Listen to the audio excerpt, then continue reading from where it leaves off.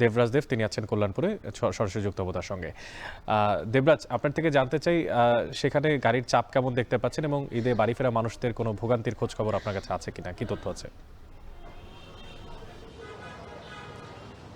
অনেক ঈদে আসলে সবাই নারীর টানে যায় বাড়ি ফিরে যাচ্ছে এবং আমরা এই মুহূর্তে আছি উত্তরবঙ্গে যাওয়ার যে বাস গুলো পাওয়া যাচ্ছে যেখানে কল্যাণপুর, সেই কল্যাণপুর বাস টার্মিনালে সেখান থেকেই কিন্তু আপনার যে বাসগুলো ছাড়ে তাদের উত্তরবঙ্গের উদ্দেশ্যে, এবং সেখানে কিন্তু আমরা দেখতে পাচ্ছি যে তেমন একটা এই মুহূর্তে ভিড় নেই এবং যথাসময়ে আসলে বাসগুলো এখান থেকে বিভিন্ন গন্তব্যের উদ্দেশ্যে ছেড়ে যাচ্ছে।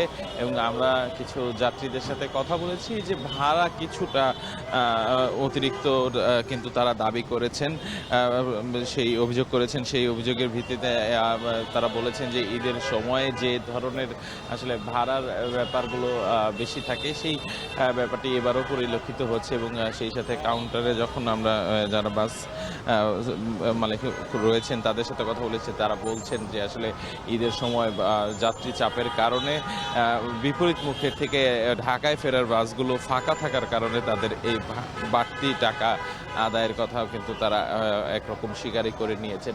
এছাড়া যাত্রীদের সাথে যে কথাগুলো হচ্ছে যে রাস্তাঘাটে চলাচলে কিন্তু তেমন একটা এখন পর্যন্ত ভোগান্তিতে পড়তে হয়নি। তবে আজকে বিকেলের পর থেকে যারা বাস মালিক শ্রমিকরা রয়েছেন তারা দাবি করছেন যে আজকে বিকেলের পর থেকে হয়তো যে যাত্রী চাপ সেই যাত্রী চাপটা কয়েকগুণ আসলে বেড়ে যাবে। তো এখন পর্যন্ত অনেক, আপনি যেটা জিজ্ঞেস করছিলেন যে আসলে নির্বিঘ্নে হচ্ছে কিনা, তো এখন পর্যন্ত আসল নির্বিঘ্নে আসছে, মানুষ যাতায়াত করছে এবং বাসগুলো সময় মতো কাউন্টার থেকে ছেড়ে যাচ্ছে। তো অনেক, আমার কাছে কল্যাণপুর থেকে এই ছিল সর্বশেষ তথ্য। রাজধানীর কল্যাণপুর থেকে যুক্ত ছিলেন